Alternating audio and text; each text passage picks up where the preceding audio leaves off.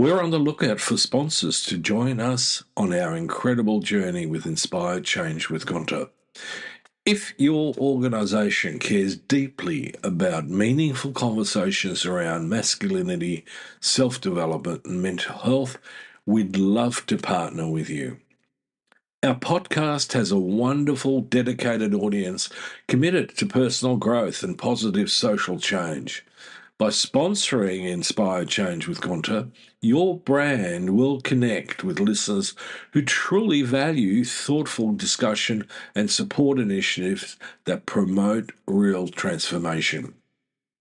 We're incredibly proud to be ranked number 1 in Australia and number 5 in the USA on FeedSpot's top men's mental health podcasts. For more information on how to become a sponsor, please reach out to Miranda Spiegner Sapon, our showrunner and executive producer. We'd love to explore how we can work together to inspire change.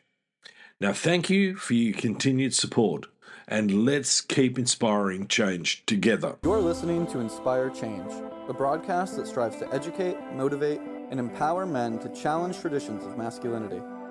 To guide us through the intricacies and intersections of emotions, relationships, and male identity is renowned psychologist, author, and speaker Gunter Swoboda. This is Inspire Change. Before I begin the actual podcast, I would like to respectfully acknowledge the Gadigal people of the Eora Nation, who are the traditional custodians of the land on which I work. I would also like to pay my respects to their elders past and present. Welcome everybody to another episode of Inspired Change with Gunter. Welcome everybody to another Inspired Change with Gunter. This is episode 320. Before I tell you what today's podcast is about, I just thought I'd share a little story with you, which will set the scene for the topic. So, what happens when two neuroscientists, a philosopher and a psychologist, have dinner together and the pesky topic of consciousness comes up? No, it's not a joke. It's well intended and it got a little spicy. Well, if you think about it, you'd probably think that the neuroscientists would agree that there is no such thing. The philosopher will probably be someone abstract, but support the notion for consciousness, and the psychologist would make it all about the cognitive realm, the mind. I remember sitting there and starting to think that this debate isn't actually just about ideas, it's actually about what kinds of human beings we think we are. Are we machines that report, especially in the light of AI and the nature of AI and where AI is going? Or are we living beings with inner worlds that actually really matter? It also reminded me why I built the Making Good Men Great framework, because men especially are often trained to live on the surface, to perform, to cope, to push through. But the real work of transformation happens beneath the surface. It essentially happens in consciousness, right? So if those of you out there who are favourite listeners are sort of going, okay, where's he going with this? This is a podcast about men, masculinity, all that sort of stuff, and how men can be healthier and more enlightened. Where is this really going? Well, the first question we need to ask ourselves is that why is consciousness such a stubborn problem? And one simple reflection on this is because it's obvious from the inside and slippery from the outside. Now, let's not delve into this for too long. From the inside, you don't need to be a microscope to know you're conscious. You feel hungry, you feel joy, irritation, rage, and certainly for a lot of us as men, we feel guilt and shame. I'm not saying that women don't, but let's stick to the goalpost here. And in that, you have a sense of being me. From the outside, we can measure like brain waves, blood flow hormones, sleep cycles, and we can see patterns. And we can see patterns that can be correlated. But we still struggle with a big question. How do we get from brain activity to lived experience? Why isn't the brain just doing its job in silence? Now, some people try to solve this by denying consciousness altogether. They'll say it's an illusion or it's an artifact. It's just the brain telling a story about itself. Now, we can take this apart, but let me give you very quickly my view. This misses something really simple. The illusion is still an experience. If a man is ashamed or numb or struck in rage, calling that an illusion doesn't help you, does it? It's real enough to shape his life, his relationships, his health. Now, in my clinical work and in my research, I keep running into the same reality. Inner life is not a decoration. It's causal.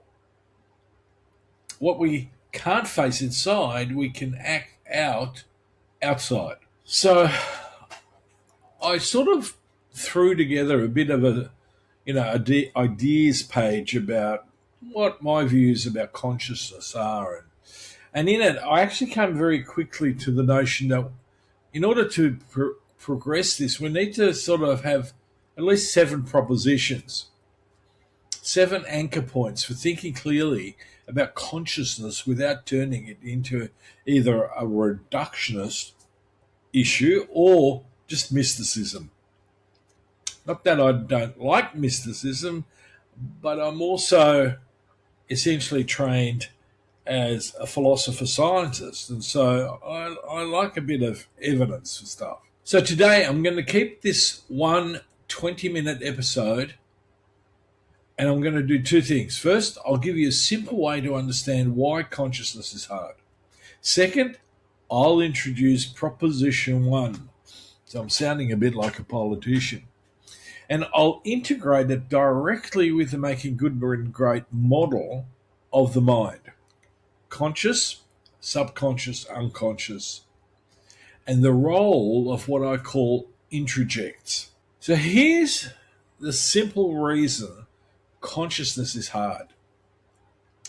If you explain only what you can measure, which is behavior, speech, brain activity, you risk ignoring the felt reality of experience, the phenomenology and the ontology, the whole theory of being in philosophy.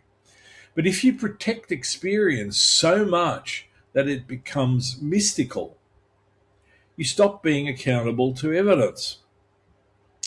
So what I figure is that we need a model that respects lived experience and still gives us handles we can work with, especially clinically. So what's proposition 1? Well, it's essentially this. Consciousness isn't a single thing. It's essentially 3 things working together. It's your basic state, the contents of your awareness, and your sense of self, your internal model of who you are. In psychology, we talk about mentalizing. And what I want to do is map that onto the Making Good Men Great structure of the mind: consciousness, subconscious, and unconsciousness. So first, let's look at the basic state. Think of this as your on-off level: awake, drowsy, asleep, sedated, hyperwired, shut down. It's the overall condition of your system. When your system is exhausted, your consciousness is foggy. When you're stressed, it narrows. Now, when you're traumatized, it can swing between being on high alert and going numb. In Making Good Men Great language, before we even get to the conscious mind, we have to ask, what is the system doing? Is it safe? Is it regulated? Because a man in fight flight is not going to reflect well. They're too busy. What he's going to do is defend. He's going to control. Alternatively, he's going to disappear. Second is the content. Now, these are the things that you can notice: thoughts, feelings, sensations, images, urges, memories. Now, here's the crucial point: the mind is processing far more than you're aware of. Most of what shapes your behavior isn't fully conscious in that moment. Think about some automatic behaviors that you've experienced, okay? Going somewhere, and instead of going to the new place, you turn off to go the old way. Pretty simple. So this is where the making good being great distinction becomes very, very useful. The conscious layer is what you can name, what you can hold in your awareness, what you can talk about. I'm angry. I'm tired. I'm worried about money.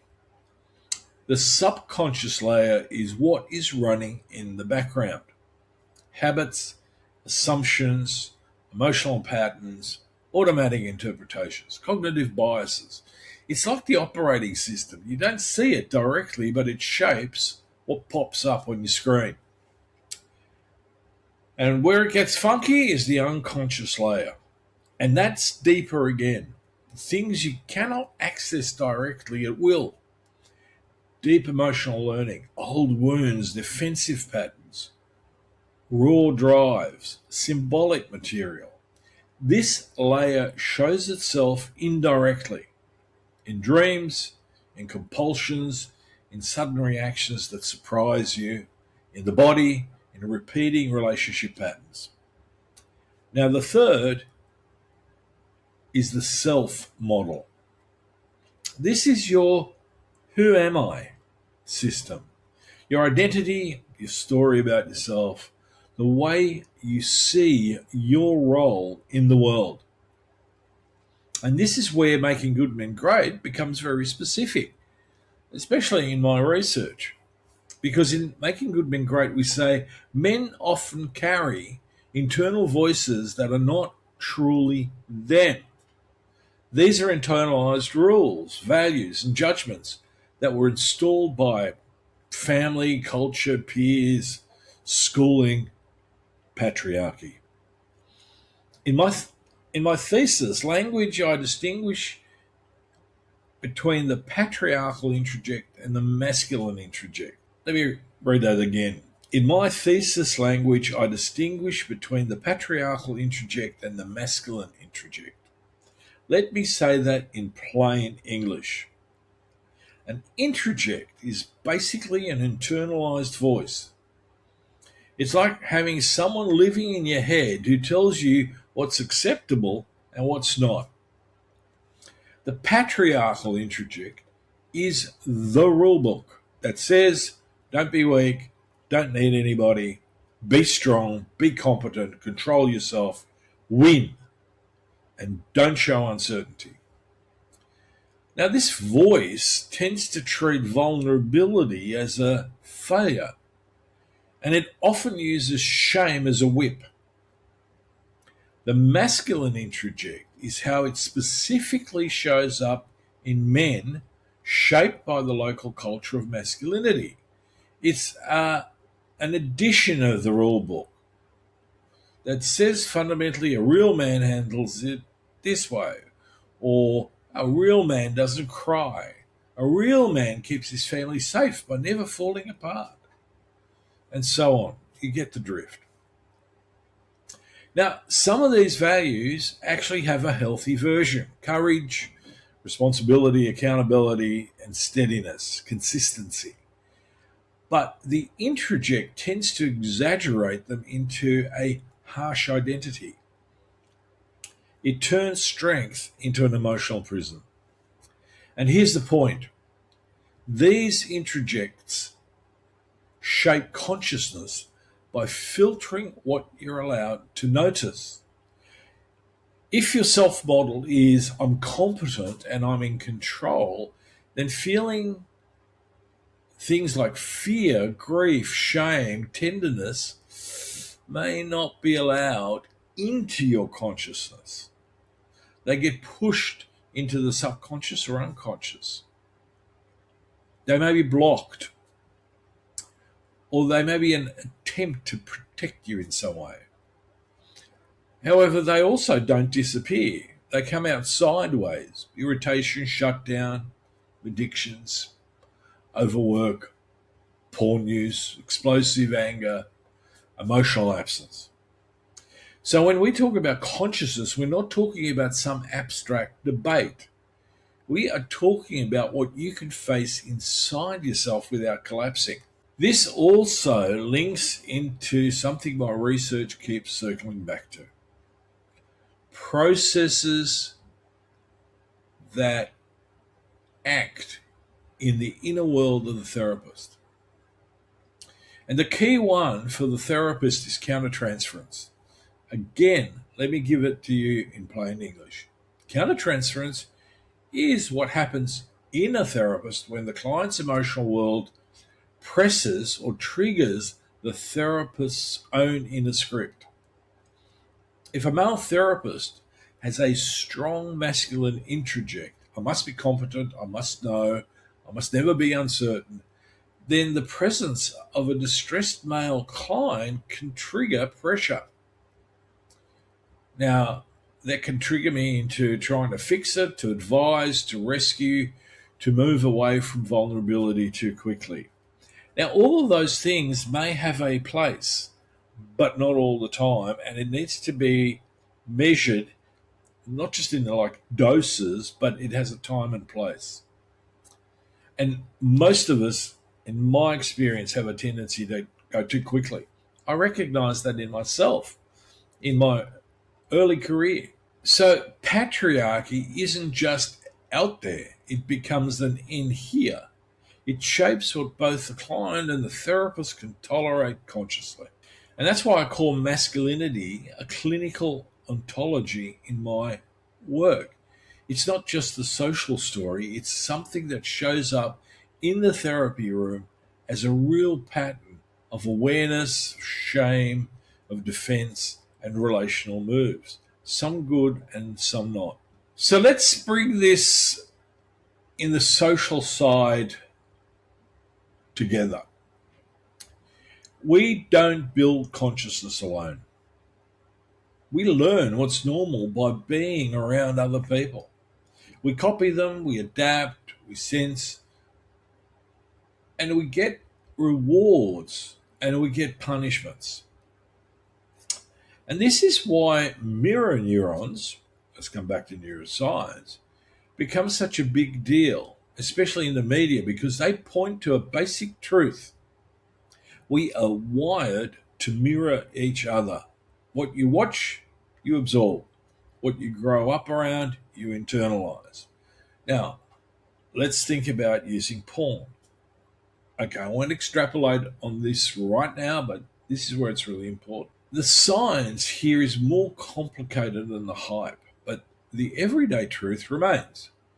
We are deeply shaped by the people around us, and that begins possibly in utero, but definitely once we popped out and we've taken our spot in the world. Newer research on interbrain synchrony, right?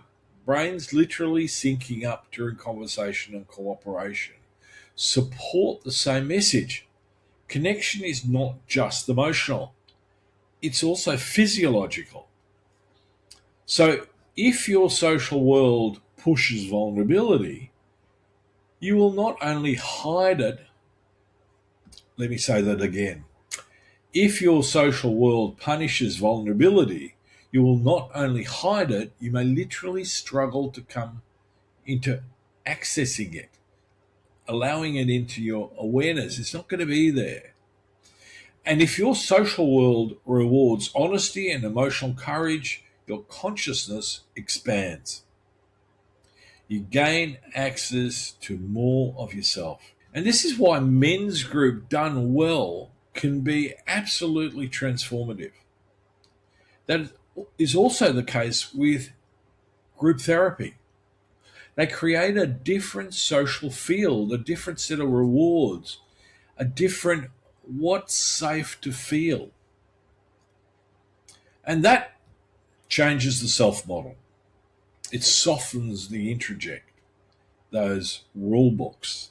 It brings subconscious and unconscious material into conscious awareness where it can really be worked with. Now, here's a quick word about quantum theories because they pop up a lot, especially in the science media.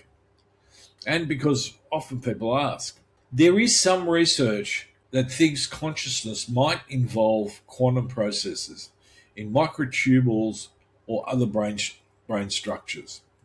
There are papers arguing this could help explain how the brain binds information together. Now, coming from me, this is seriously interesting, but it's not settled. My view is simple. Physics matters as a boundary condition. But the purpose of living and changing is where we start to leverage things. And the leverage is here: state, content, self model, consciousness, subconscious, and unconscious, and the introjects that run the show. So the more awareness I have on that, the better. Trying to figure everything out by going quantum could be a wee bit confusing. And as I said, consciousness is a sticky topic that potentially few philosophers, psychologists, and neuroscientists or cognitive scientists will necessarily actually agree on. There is a bucket load of stuff on YouTube. If you're really interested in, explore it a bit. I have, and I'll find it really interesting. And I also find that there's a lot of rubbish on it as well. So to wrap it, let me land this. If you want a simple, practical way to apply today's episode, ask yourself 3 questions. What state am I in? Am I regulated? Am I running hot? Or am I numb or shut down? Secondly, what contents are actually in my awareness? What can I name? And what do I suspect is there but I'm avoiding? And the third question is, what self-model, i.e., what story about me is operating? What's the rule book voice saying? Is it saying don't be weak, or is it saying you should handle this? Is it saying if you need help, you're a failure? Now, because this is important, as that voice shapes what you allowed yourself to feel. So, dear listeners, this is consciousness work in real life. It's not mystical. It's not really abstract. It's learning to notice more of yourself, to tolerate more truth. And yes, that could start a whole internet war in of itself. We're already there. But it also helps to build an identity that isn't run by shame or control or coercion. Now, I have 7 propositions all told. I may not do the next episode on the second proposition, which is consciousness is embodied and emotion colored. In plain terms, your body and feelings aren't side issues. They're the foundation of awareness and meaning. But it's definitely coming. I've decided that rather running on a strict timetable of topics in podcasting, I want to keep it a little bit more organic. I hope that makes it more interesting, possibly less predictable, but you're always going to get certain points of view from me that may not fit completely into a neat little box that you can use to either rationalize things, validate yourself. I want you to think, right? I want you to create, and I want you ultimately to inspire. So until then, keep exploring, be kind to yourself, and remember, your inner world's constrained. Your outer life will be constrained too. Let me say that again. Until then, keep exploring, be kind to yourself, and remember, if your inner world's constrained, your outer life will be constrained too. And on that note, this is me signing off. Until next time.